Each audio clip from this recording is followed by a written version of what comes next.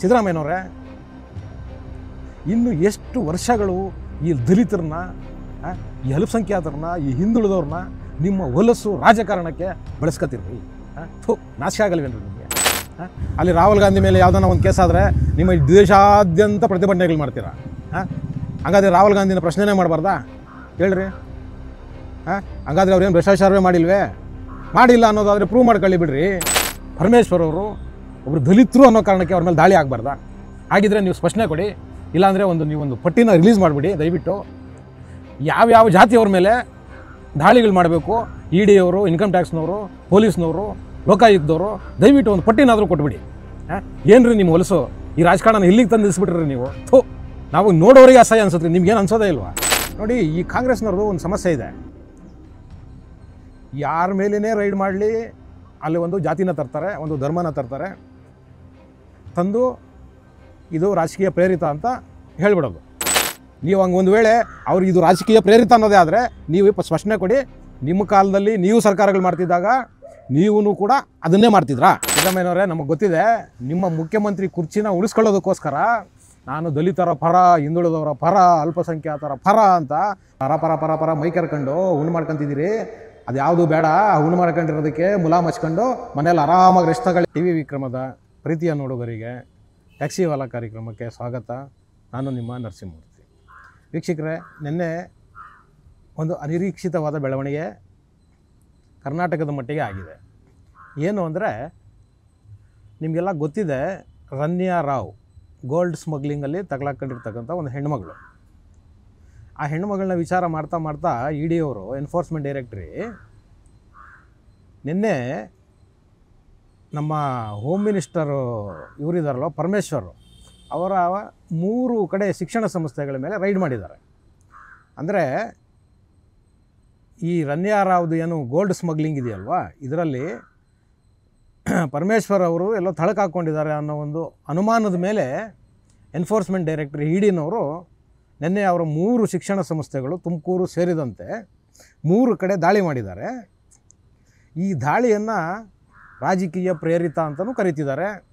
ಮತ್ತು ನಮ್ಮ ಸಿದ್ದರಾಮಯ್ಯನವರು ಇನ್ನೂ ಒಂದು ರೀತಿ ಕರೆದಿದ್ದಾರೆ ಅದನ್ನು.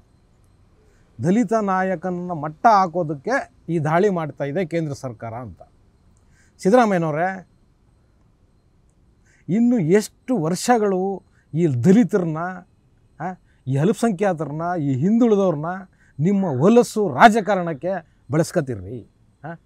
ನಾಶ ಆಗಲ್ವೇನ್ರಿ ನಿಮಗೆ? ಎಷ್ಟು ವರ್ಷ ಅವ್ರನ್ನ ಬಳಸ್ಕೊತಿರ್ರಿ? ಸಾಕು ಬಿಡ್ರಿ, ಅವ್ರನ್ನ ಬದುಕೋದಕ್ಕೆ ಬಿಡ್ರಿ. 75-80 ವರ್ಷ ಆಗ್ತಿದೆ ದೇಶಕ್ಕೆ ಸ್ವಾತಂತ್ರ್ಯ ಬಂದು. ಇನ್ನೂ ಆ ದಲಿತರು, ಹಿಂದುಳಿದವರು, ಅಲ್ಪಸಂಖ್ಯಾತರು ಅವ್ರ ಹೆಸರು ಹೇಳ್ಕೊಂಡು ಅವರನ್ನು ಮುನ್ನೆಲೆಗೆ ತಗೊಂಬಂದು ಇಂಥ ರೈಡ್ಗಳಾದಾಗ, ಇಂಥ ಗುಮಾನಿಗಳಾದಾಗ ಬಿಡ್ರಿ. ತನಿಖಾ ಸಂಸ್ಥೆಗಳನ್ನ ತನಿಖೆ ಮಾಡೋದಕ್ಕೆ ಬಿಡ್ರಿ. ಇದರಲ್ಲಿ ಯಾಕ್ರಿ ಜಾತಿ ತೊಗೊಂಬರ್ತೀರಾ? ನನಗೆ ಹೇಳಿ ಸಿದ್ದರಾಮಯ್ಯನವರೇ, ಪರಮೇಶ್ವರ್ ಅವರು ಒಬ್ಬರು ದಲಿತರು ಅನ್ನೋ ಕಾರಣಕ್ಕೆ ಅವ್ರ ಮೇಲೆ ದಾಳಿ ಆಗಬಾರ್ದಾ? ಹಾಗಿದ್ರೆ ನೀವು ಸ್ಪಷ್ಟನೆ ಕೊಡಿ. ಇಲ್ಲಾಂದರೆ ನೀವೊಂದು ಪಟ್ಟಿನ ರಿಲೀಸ್ ಮಾಡಿಬಿಡಿ ದಯವಿಟ್ಟು.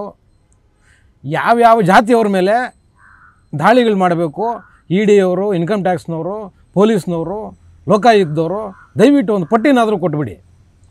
ಏನ್ರಿ ನಿಮ್ಮ ಹೊಲಸು ಈ ರಾಜಕಾರಣ ಇಲ್ಲಿಗೆ ತಂದು ನಿಲ್ಲಿಸ್ಬಿಟ್ರಿ ನೀವು? ನಾವು ನೋಡೋರಿಗೆ ಅಸಹ್ಯ ಅನ್ಸುತ್ತೆ, ನಿಮ್ಗೇನು ಅನ್ಸೋದೇ ಇಲ್ವಾ? ಅಲ್ಲ ಕಣ್ರಿ, ಪರಮೇಶ್ವರ್ ಅವರು ಒಬ್ಬ ಸಜ್ಜನ ರಾಜಕಾರಣಿ, ಅನುಮಾನನೇ ಇಲ್ಲ.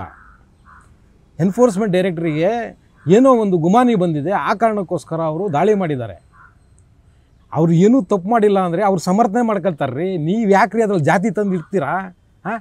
ಸಿದ್ದರಾಮಯ್ಯನವರೇ, ಅದರಲ್ಲಿ ಯಾಕ್ರಿ ಜಾತಿ ಹುಡುಕ್ತೀರಾ? ಅಸಹ್ಯ ಅನ್ಸಲ್ವ ನಿಮಗೆ? ನಾಚಿಕೆ ಆಗಬೇಕು ನಿಮ್ಮ ರಾಜಕಾರಣಗಳಿಗೆ. ಒಂದು ಜಾತಿನ, ಒಂದು ಧರ್ಮನ ಮುಂದೆ ಇಟ್ಕೊಂಡು ರಾಜಕಾರಣ ಮಾಡ್ತಿರಲ್ಲ. ಯಾರೋ ಒಬ್ಬ ಮುಸಲ್ಮಾನರ ಮೇಲೆ ದಾಳಿ ಮಾಡಿದ್ರೆ ಅಲ್ಪಸಂಖ್ಯಾತರ ಮೇಲಿನ ದಾಳಿ. ಇದೇನ್ರಿ ನಿಮ್ಮ ರಾಜಕಾರಣ? ಹೊಲಸು, ನಾಚಿಕೆ ಅನಿಸುತ್ತೆ. ಆಮೇಲೆ ಸಿದ್ದರಾಮಯ್ಯನವರೇ, ನಿಮಗೆ ಅಷ್ಟು ದಲಿತರ ಮೇಲೆ ಕಾಳಜಿ ಇದ್ದರೆ, ನೀವು ಅಷ್ಟು ದಲಿತರ ಪರ, ಹಿಂದುಳಿದವರ ಪರ, ಅಲ್ಪಸಂಖ್ಯಾತರ ಪರ ಅಂತ ನೀವು ಅನ್ಕೊಳ್ಳೋದೇ ಆದರೆ, ಯಾಕ್ರಿ ನೀವಿನ್ನೂ ಖರ್ಗೆ ಸಾಹೇಬ್ರನ್ನ ಸಿ ಎಮ್ ಮಾಡಲಿಲ್ಲ? ಯಾಕ್ರಿ ಇದೇ ಪರಮೇಶ್ವರ್ ಅವ್ರನ್ನ ಸಿ ಎಮ್ ಮಾಡಿರಿ? ನೀವು 2 ಸಲ ಆಗಿದ್ದೀರ. ನೀವು 2 ಸಲ ಸಿ ಎಮ್ ಆಗಲಿಲ್ವಾ? ಬಿಟ್ಕೊಡ್ರಿ ನೋಡೋಣ. ಸುಮ್ಮನೆ ಯಾಕ್ರಿ ಬೂಟಾಟಿಕೆ ಮಾಡ್ತೀರ್ರಿ? ನೀವು ಕಾಂಗ್ರೆಸ್ ಅವರು, ಸಿದ್ದರಾಮಯ್ಯನವರೇ, ಬರೀ ಬೂಟಾಟಿಕೆ, ಆ ಜನರನ್ನ ಮತನ ಓಲೈಕೆ ಮಾಡೋದಕ್ಕೋಸ್ಕರ ಯಾವುದೋ ಒಬ್ಬ ದಲಿತ ವ್ಯಕ್ತಿಯ ಮನೆ ಮೇಲೇನೋ ಆಫೀಸುಗಳ ಮೇಲೇನೋ ರೈಡ್ ಆದರೆ ಅಲ್ಲಿ ಜಾತಿನ ತಂದಿಕ್ಕಿ ಯಾವುದೋ ಒಂದು ರಾಜಕೀಯ ಪಕ್ಷದ ಮೇಲೆ ಗೂಬೆ ಕೂರಿಸೋವಂಥ ಕೆಲಸನ ಮಾಡ್ತಿರಲ್ರಿ. ಇದೇನು ರೀ ರಾಜಕಾರಣ? ಮಾಡಿರಿ ರಾಜಕಾರಣ, ಯಾರು ಬೇಡ ಅಂತಾರೆ. ನೀವು ಮಾಡಿರೋ ಅಭಿವೃದ್ಧಿ ಕೆಲಸಗಳನ್ನ ಹೇಳ್ಕೊಂಡು ಜನರ ಮುಂದೆ ಹೋಗಿ ರಾಜಕಾರಣ ಮಾಡಿರಿ. ಅದಕ್ಕೆ ಯಾಕೆ ರೀ ಯಾರೋ ಒಬ್ಬ ದಲಿತರು ಅಂದರೆ ಹಂಗಾದರೆ ಅವ್ರೇನು ಏನು ಮಾಡಿದ್ರು ಬಿಟ್ಬಿಡಬೇಕು ಅಂತನ ನಿಮ್ಮ ಲೆಕ್ಕ? ಅಥವಾ ಯಾರೋ ಒಬ್ಬ ಮುಸಲ್ಮಾನ ನಾಯಕ ಅಂದರೆ ಅವ್ರು ಏನು ಮಾಡಿದ್ರು ಬಿಟ್ಬಿಡ್ಬೇಕು ಅನ್ನೋ ಲೆಕ್ಕನ? ಅಥವಾ ಇನ್ಯಾರೋ ಒಬ್ಬ ಹಿಂದುಳಿದವ್ರ ಮೇಲೆ ದಾಳಿ ಆದಾಗ ಅವ್ರು ಏನು ಮಾಡಿದ್ರು ಕೇಳಬಾರ್ದು ಅನ್ನೋ ಲೆಕ್ಕನ? ಏನು ನಿಮ್ಮ ಮಾತಿನ ಅರ್ಥ? ಸಿದ್ದರಾಮಯ್ಯನವರೇ, ನೀವೊಂದು ಮುಖ್ಯಮಂತ್ರಿ ಸ್ಥಾನದಲ್ಲಿ ಕೂತಿದ್ದೀರಿ, ಬೇಜವಾಬ್ದಾರಿಯಾಗಿ ಮಾತಾಡ್ತಿರಲ್ಲ, ಉಡಾಫೆಯಾಗಿ ಹೇಳಿಕೆಗಳು ಕೊಡ್ತಿರಲ್ವ? ಇದಾ ನಿಮ್ಮ ರಾಜಕಾರಣ? ತಿರ್ಗಾ ನೋಡಿದ್ರೆ ನಾವು ಏನು ಸಂವಿಧಾನದ ರಕ್ಷಕರು ಕಾಂಗ್ರೆಸ್ನವರು, ನಾವು ಪ್ರಜಾಪ್ರಭುತ್ವದ ಆರಾಧಕರು, ಏನೆಲ್ಲ ಪುಂಗಿ ಬಿಡ್ತೀರ್ರಿ. ಅಲ್ಲ, ಏನೆಲ್ಲ ಪುಂಗಿಗಳು ಬಿಡ್ಕೊಂಡು ಓಡಾಡ್ತೀರಿ.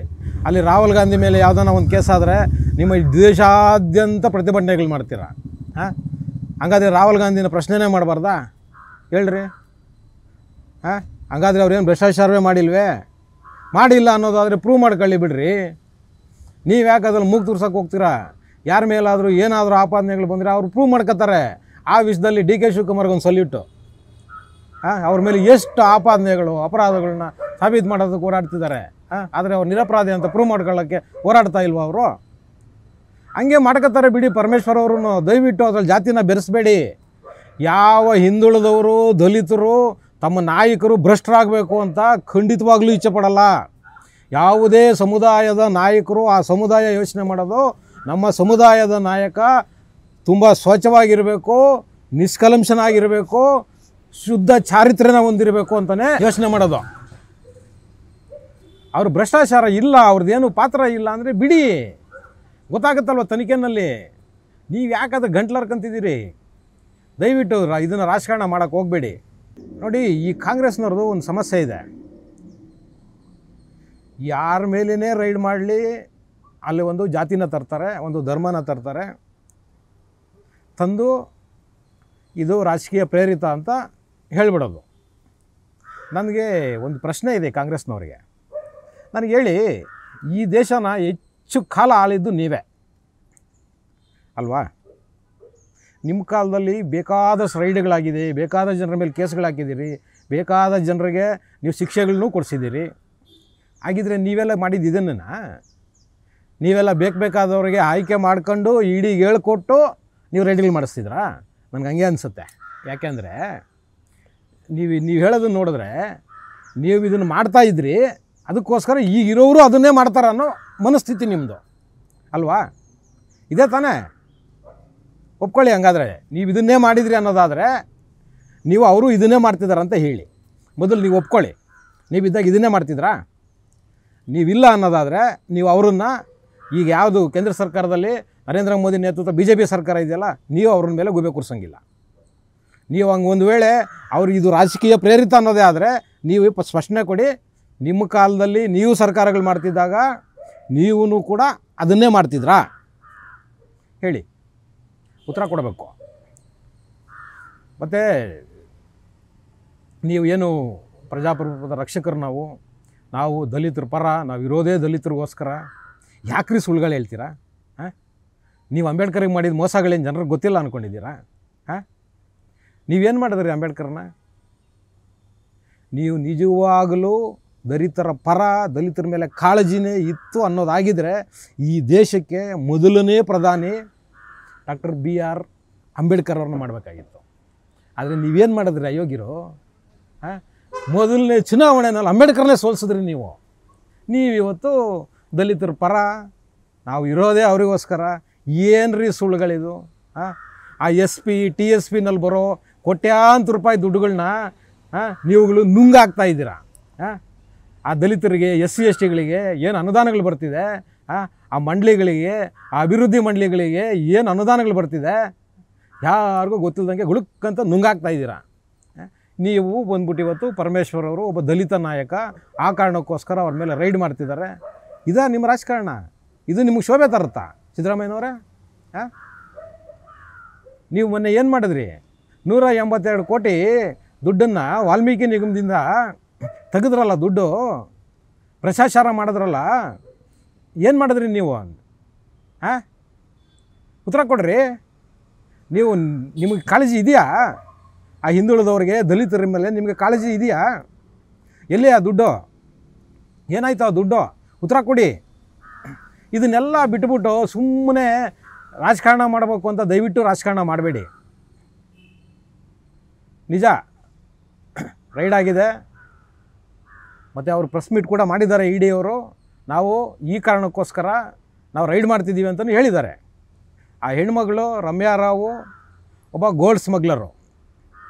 ಆ ಹೆಣ್ಮಗಳಿಗೆ ಮತ್ತು ಪರಮೇಶ್ವರ್ ಅವರಿಗೆ ಏನಾದರೂ ವ್ಯಾವಹಾರಿಕವಾದಂಥ ಸಂಬಂಧಗಳಿದ್ದರೆ ಇ ಡಿ ಅವರು ತನಿಖೆ ಮಾಡ್ತಿದ್ದಾರೆ. ಆ ತನಿಖೆಯಲ್ಲಿ ಹೊರಗಡೆ ಬರುತ್ತೆ. ಅವ್ರು ಏನೂ ಇಲ್ಲ ಅಂದರೆ ಸ್ವಚ್ಛಂದವಾಗಿ ಆಚೆ ಬರ್ತಾರೆ. ಅದಕ್ಕೆ ಯಾಕೆ ನೀವು ಒದ್ದಾಡ್ತಿದ್ದೀರಾ? ಸುಮ್ಮನೆ ಇರಬೇಕು ನೀವು ದಯವಿಟ್ಟು ಅದರಲ್ಲಿ ಜಾತಿ ಧರ್ಮ ಯಾವುದನ್ನು ತರಕ್ಕೆ ಹೋಗಬೇಡಿ.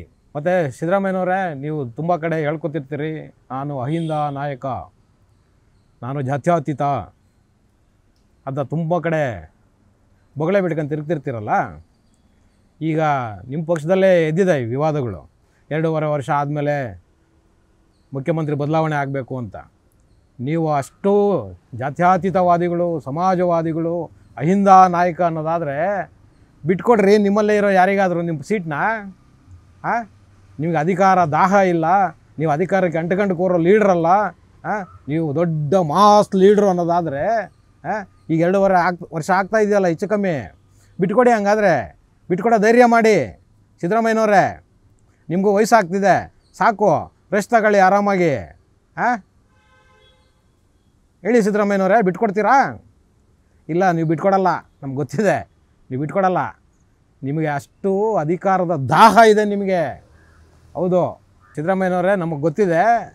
ನೀವು ನಿಮ್ಮ ಮುಖ್ಯಮಂತ್ರಿ ಕುರ್ಚಿನ ಉಳಿಸ್ಕೊಳ್ಳೋದಕ್ಕೋಸ್ಕರ ನಾನು ದಲಿತರ ಪರ, ಹಿಂದುಳಿದವರ ಪರ, ಅಲ್ಪಸಂಖ್ಯಾತರ ಪರ ಅಂತ ಪರ ಮೈಕೆರ್ಕೊಂಡು ಉಣ್ಣು ಮಾಡ್ಕೊತಿದ್ದೀರಿ. ಅದು ಯಾವುದು ಬೇಡ. ಉಣ್ಣು ಮಾಡ್ಕೊಂಡಿರೋದಕ್ಕೆ ಮುಲಾಮ್ ಹಚ್ಕೊಂಡು ಮನೇಲಿ ಆರಾಮಾಗಿ ರೆಸ್ಟ್ ತಗೊಳ್ಳಿ ಅಂತ ಹೇಳುವುದರ ಮುಖಾಂತರ ಇವತ್ತಿನ ಟ್ಯಾಕ್ಸಿ ವಾಲಾ ಕಾರ್ಯಕ್ರಮನ ಮುಗಿಸ್ತಾ ಇದ್ದೀನಿ. ಶೇರ್ ಮಾಡಿ, ಸಬ್ಸ್ಕ್ರೈಬ್ ಮಾಡಿ, ಲೈಕ್ ಮಾಡಿ, ಕಾಮೆಂಟ್ ಮಾಡುವುದರ ಮುಖಾಂತರ ನಮ್ಮನ್ನು ಹೆಚ್ಚೆಚ್ಚು ಪ್ರೋತ್ಸಾಹಿಸ್ತೀರಿ. ಟಿವಿ ವಿಕ್ರಮ, ದೇಶ ನಿಮ್ಮ ಕೈಯಲ್ಲಿ. ಈ ಕಾರ್ಯಕ್ರಮ ನಿಮಗೆ ಇಷ್ಟ ಆಗಿದ್ದಲ್ಲಿ ಲೈಕ್, ಶೇರ್ ಹಾಗೂ ಕಮೆಂಟ್ ಮಾಡಿ. ಟಿವಿ ವಿಕ್ರಮದ ಕಾರ್ಯಕ್ರಮಗಳನ್ನು ನಿರಂತರವಾಗಿ ವೀಕ್ಷಿಸಲು ಸಬ್ಸ್ಕ್ರೈಬ್ ಮಾಡಿ, ಬೆಲ್ ಐಕನ್ ಒತ್ತಿ.